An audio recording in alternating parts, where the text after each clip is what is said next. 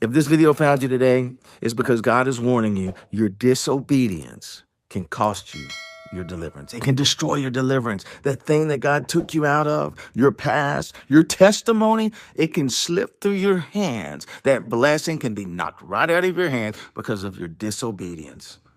See, many times it's not the devil, it's not the world, it's not somebody else coming against us. It's us not obeying what God's telling us to do that cost us. And that's where you probably are today. And God's speaking to you and he's warning you. He did this in Deuteronomy chapter 8. The children of Israel just come out of slavery, out of bondage. They're delivered. They're going into their promised land. They've been delivered from their greatest bondage. The greatest bondage they'd ever been in, 400 years as slaves, and they're walking into the promised land. And look what God warns them. And maybe today you very possibly have been delivered from drugs or alcohol, addiction. Maybe you've been delivered from being depressed or anxiety or financial situation. And God is telling you today, it's not the enemy, it's not the devil, it's not the world or other people that can stop you from walking in that deliverance. What can destroy that deliverance in your life is going to be disobedience. God's reaching out to you today. Look what it says right here in Deuteronomy chapter 8.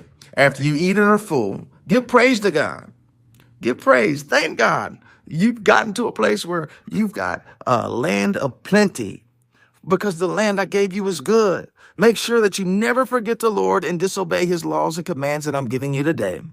If you obey them, you will always have plenty. And he gets into, you'll have plenty of food. You'll have plenty of water. You'll have cattle, silver, gold. You will be blessed. You have been delivered from slavery, your greatest bondage, into a land of plenty. And you are there today. God has delivered you and saved you, healed your family, broke the chains of addiction, many of you. He's taken you out of that mess through a miracle. Don't make the mistake of being disobedient. A little bit further down, and it says this, and when all this happens, don't get prideful. Don't forget. He uses the words, remember, don't forget, always consider that it was me that did this. It wasn't you. You didn't do it by your own hands. And towards the end of the chapter, it says, when you're successful, don't say that I'm rich because of what I did in my own strength. It is the Lord who gives the ability to make wealth and riches. He reminds them, you're only standing because of the foundation and deliverance that I gave you. Remember today, give God honor and glory. Don't disobey and start worshiping other gods, thinking it was yourself. Self-worship can be a horrible thing. And he goes and he wraps it up with this in verses 19 and 20. I'm warning you. And God's speaking today. He's warning me. He's warning you. If you forget the Lord God and worship other gods, the Lord will destroy you, just as he destroyed the nations before you that you fought. Disobedience can destroy the greatest deliverance in your life. Don't forget, I'll destroy you like I destroyed them. You can destroy the very deliverance that God gave you. The Bible says that once a house is swept clean, that spirit goes to dry places and it goes and finds 7 worst spirits and it comes back and checks the condition of that house. It's been delivered. That condition of that person is saved, set free, delivered. But that spirit leaves and comes back and it looks to see what's inside. And if there's nothing inside, if Jesus is not inside, obedience, worship, relationship, intimacy with God is not inside. It says that that spirit with 7 words come inside and the condition of that man is worse than it was before. It's even worse. In the addiction world, in the drug world, the doctors will say that addiction is progressive and degenerative, that when you stop using drugs, if you go back to using them, you don't start all over. You pick up right where you left off, and it gets worse and worse. This is just, in the physical, a picture of what's taking place in the spiritual. Disobedience can destroy your deliverance, and the state of your condition will be worse than it was in the beginning. I think about the rich young ruler in the book of Mark. And the rich young ruler comes to Jesus, and it's in 3 of the 4 Gospels. This is how important this account is about obedience. And 3 of the 4 Gospels mention it. But in Mark specifically, he comes and says, hey, good teacher, what must I do? What do I got to do to be saved? What laws do I got to keep? He says, what's the greatest commandment? And Jesus tells him, and he names, hey, you got to love your neighbor. He goes over all the 10 commandments. And the young man says, I've done all of these things. And Jesus says, okay, then go. Look what he says. And he only says these two words to a handful of people in the Bible. One was Matthew, when he goes up and says, hey, come out of that tax collecting box and follow me. He says, go, look what it says to the young ruler. He says, go and sell all your possessions and give them to the poor and follow me. Look at the call was calling him.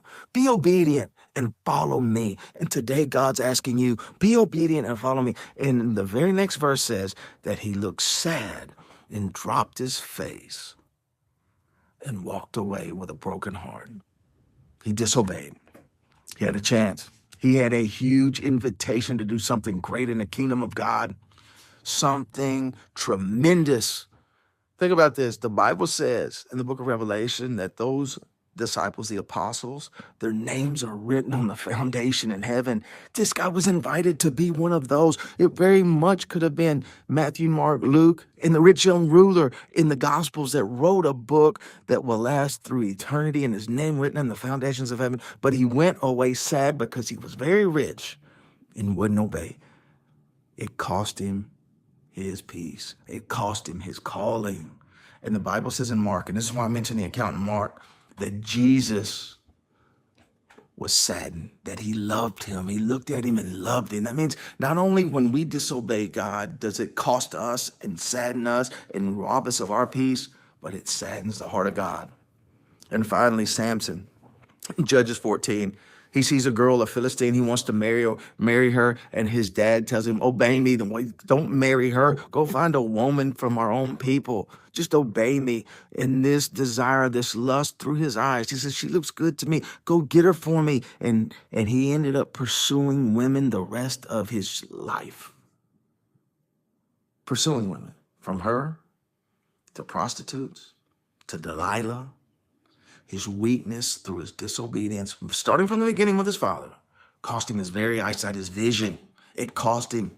And he was delivered into the hands of the Philistines, who tortured him, plucked his eyes out, and made him grind at the mill. But there's hope. There's hope today, because like Samson, as he began to grind at the mill, he repented. And today, God's warning you. He's warning you today. Your disobedience can destroy your deliverance. Just like in Samson, you can repent. And he repented, and he stood up on his feet, went in front of all this Colosseum of all the great Philistine lords and princes and royalty, put his hands on the two pillars, and he pushed down the entire stadium and killed more in that day, fulfilled his calling.